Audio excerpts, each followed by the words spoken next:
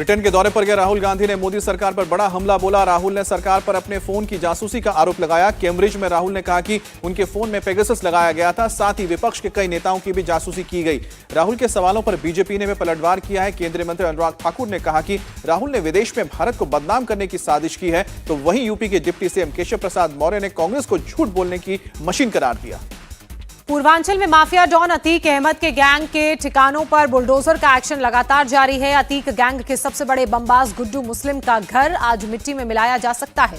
1 मार्च को जफर के घर पर बुलडोजर की कार्रवाई को अंजाम दिया गया। 2 मार्च को सफदर का घर गिरा दिया गया और आज गुड्डू मुस्लिम के घर पर बुलडोजर का एक्शन हो सकता है। गुड्डू मुस्लिम बहुत बड़ा अपराधी है। मर्डर और डकैती के कई अपराधों में उसका नाम है। उमेश पाल की हत्या के बाद से फरार चल रहा है। पुलिस को उसकी तलाश भी है। माफिया पर बुलडोजर एक्शन पर सियासत भी तेज हो गई है। समाजवादी पार्टी के सांसद शफीकुर रहमान बर्क बुलडोजर की कार्रवाई पर भड़क गए। बर्क ने कहा कि बुलडोजर चलाकर मुसलमानों पर जुल्म किया जा रहा है। बर्क ने चेतावनी देते हुए कहा कि फ्रीडम ऐप से सीखकर आपने बकरी पालन शुरू किया है क्या? अगर ऐसा है तो आप अपनी बकरियों को 1 करोड़ फ्रीडम ऐप के जो ग्राहक हैं उनको बिना किसी खर्चे के आप उन्हें बेच सकते हैं। बुलडोजर चलाने वाले जब पद से हटेंगे तो उन पर भी एक दिन बुलडोजर चलेगा। बर्क को बीजेपी ने करारा जवाब दिया है। बीजेपी का कहना है कि बुलडोजर की कार्रवाई कानून के तहत की जा रही है और आगे भी माफिया पर बुलडोजर का एक्शन जारी रहेगा। दक्षिण भारत में अपना एकमात्र गढ़ बचाने के लिए बीजेपी ने कर्नाटक में अपनी सारी ताकत झोंक दी है। पीएम मोदी और बीजेपी चीफ जेपी नड्डा के दौरे के बाद आज अमित शाह कर्नाटक पहुंच गए हैं। अमित शाह ने बीदर में गुरु नानक जीरा साहिब गुरुद्वारे में मत्था टेका। थोड़ी ही देर में शाह बीजेपी की विजय संकल्प रथ यात्रा को हरी झंडी दिखाएंगे और एक बड़ी रैली को संबोधित भी करेंगे। उसके बाद अमित शाह बीजेपी के बड़े नेताओं के साथ चुनाव को लेकर मंथन भी करेंगे।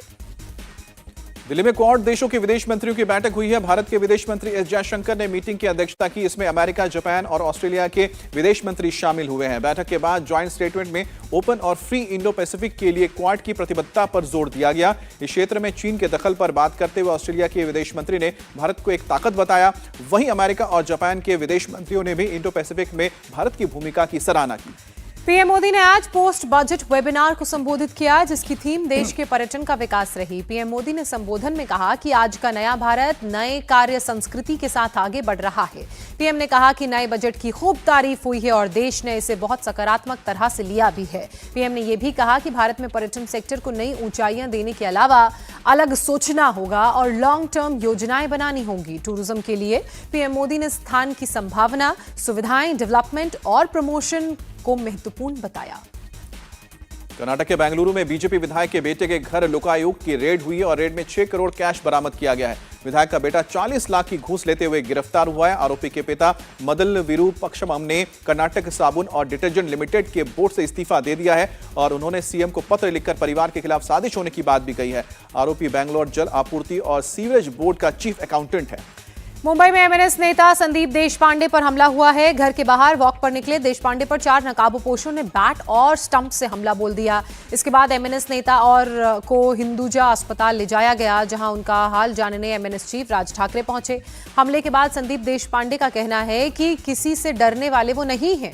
उनको जितने हमले उन पर होने थे वो हो लिए, लोगों ने कर लिए। वहीं एमएनएस नेताओं ने भी इसे राजनीतिक हमला बताया और हमले का जवाब हमले से देने का ऐलान भी किया। पुलिस सीसीटीवी फुटेज के आधार पर मामले की जांच में जुटी हुई है। फ्रीडम ऐप से सीखकर आपने बकरी पालन शुरू किया है क्या? अगर ऐसा है तो आप अपनी बकरियों को 1 करोड़ फ्रीडम ऐप के जो ग्राहक हैं उनको बिना किसी खर्चे के आप उन्हें बेच सकते हैं।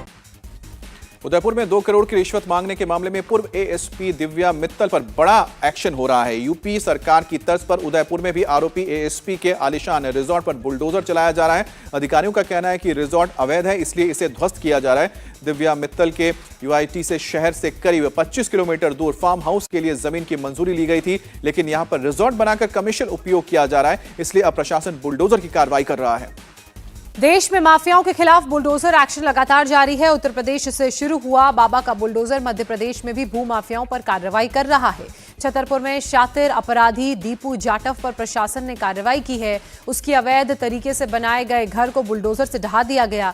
नगर पालिका ने कई और जगहें चिन्हित की हैं जहां अभी कार्रवाई को अंजाम दिया जाएगा। छतरपुर के एडिशनल एसपी ने जानकारी देते हुए कहा कि सरकार के आदेश पर अवैध कब्जा हटाने का काम किया जा रहा है।